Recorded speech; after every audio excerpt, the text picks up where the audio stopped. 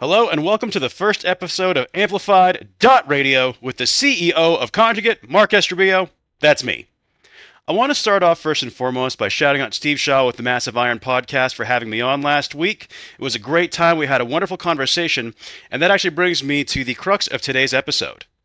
One of the things we talked about was superset training and its application in strongman and powerbuilding.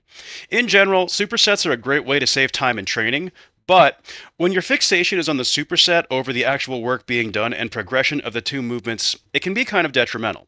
Think of it this way. If you're doing something like a bicep curl and a tricep extension back and forth, you're going to save a lot of time in the gym.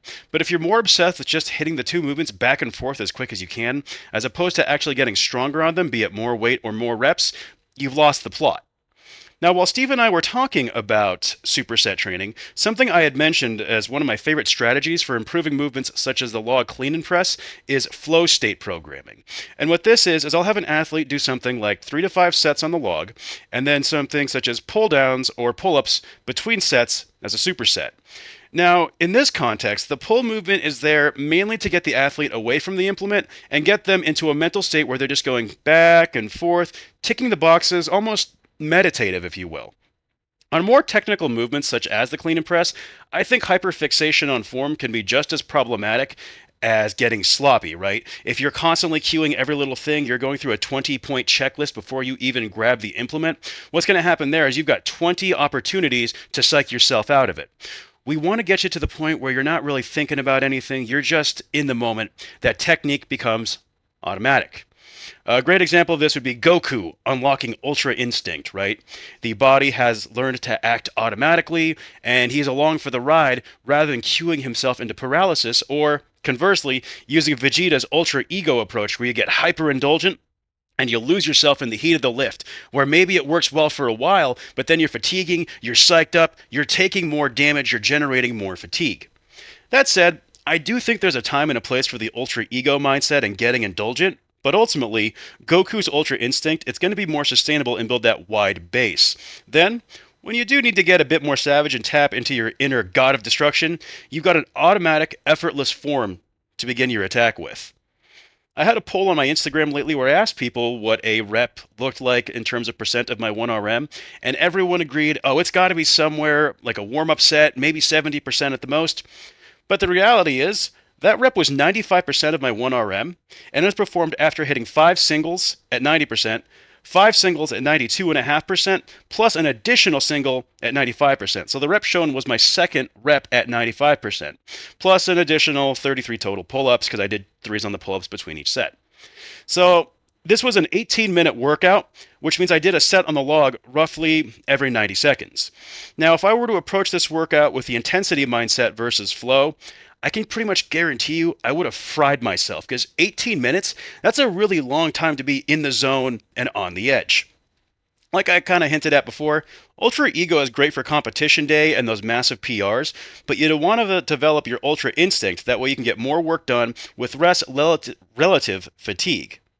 Now, as far as programming goes for the flow state, it'll vary from lifter to lifter, but in general, you want to use antagonist pairings, right? Opposing movements. So, for the log clean and press, since that's what I'm talking about today, in a more base building or accumulation phase, I'd want to see you hang out in the 60 to 80% range, performing sets of 3 to 5 on the press, with some sort of vertical pull between each set. Over the course of the workout, the goal is simply to get more sets done with good technique without psyching up or getting sloppy. Ideally, somewhere between 9 to 12 sets would be a great target for the training day. Additionally, something you could consider doing is for every 5th set that is successful, add 5 pounds to the press. Be careful not to lose the plot here. The goal is to be relaxed and get that practice in, not try to PR right. Now, something you could do if you just want something like a little foundation phase that you could take home and try later, do something like this. For 1 week, 60% for sets of 5, 65% for sets of 5 the next week, 70% for 4s the following week, 75% for 3s the week after that, and then 80% for 3s the week after that. That's 5 weeks of programming right there, and again, that's going to help you learn to build a wide foundation and get you into that flow state. Whereas, let's say that you're peaking, you're wanting to extract your maximal strength, I think you should be more in the 1 to 3 rep range, hanging out from 85 to 95%. Referring back to my workout this past week, I was in the 90% range, and I accumulated a total of 12 sets there, right? 5 of which were at 90%, 5 of which were at 92.5%, and then 2 of which were at 95%. I mean, the fact that I can hit a smooth single at 95% in a state of fatigue is a great tell that my strength has gone up, and again, this was done in a flow state. Not psyched up, not smacking myself around, not hitting ammonia capsules, just ticking the box and going. So this upcoming week, what's going to happen is I'll hit 5 singles at 95%, and then from there, I'm going to work up with the aim of setting a new 1RM in that 18-minute block.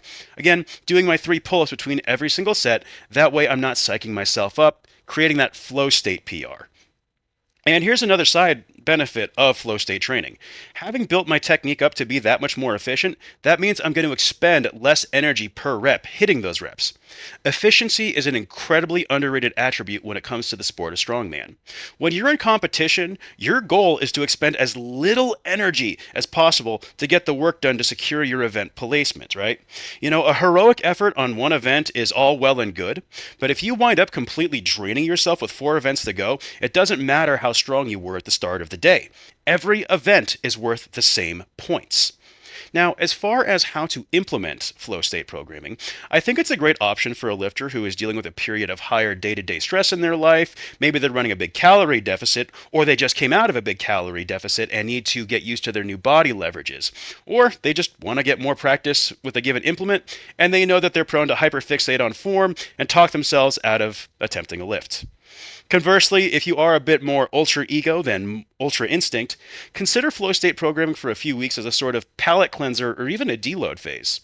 While I've talked about it heavily for the strongman press, I think that flow state programming is definitely viable for almost any big lift. For movements such as squats and deads, I'd probably still lean into a vertical pull as the opposing movement versus trying to do something like squats and RDLs.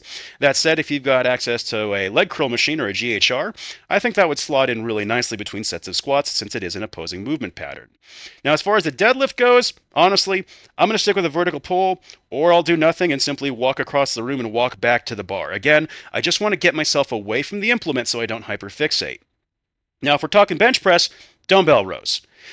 Most of us need more upper back work, so that slots in beautifully.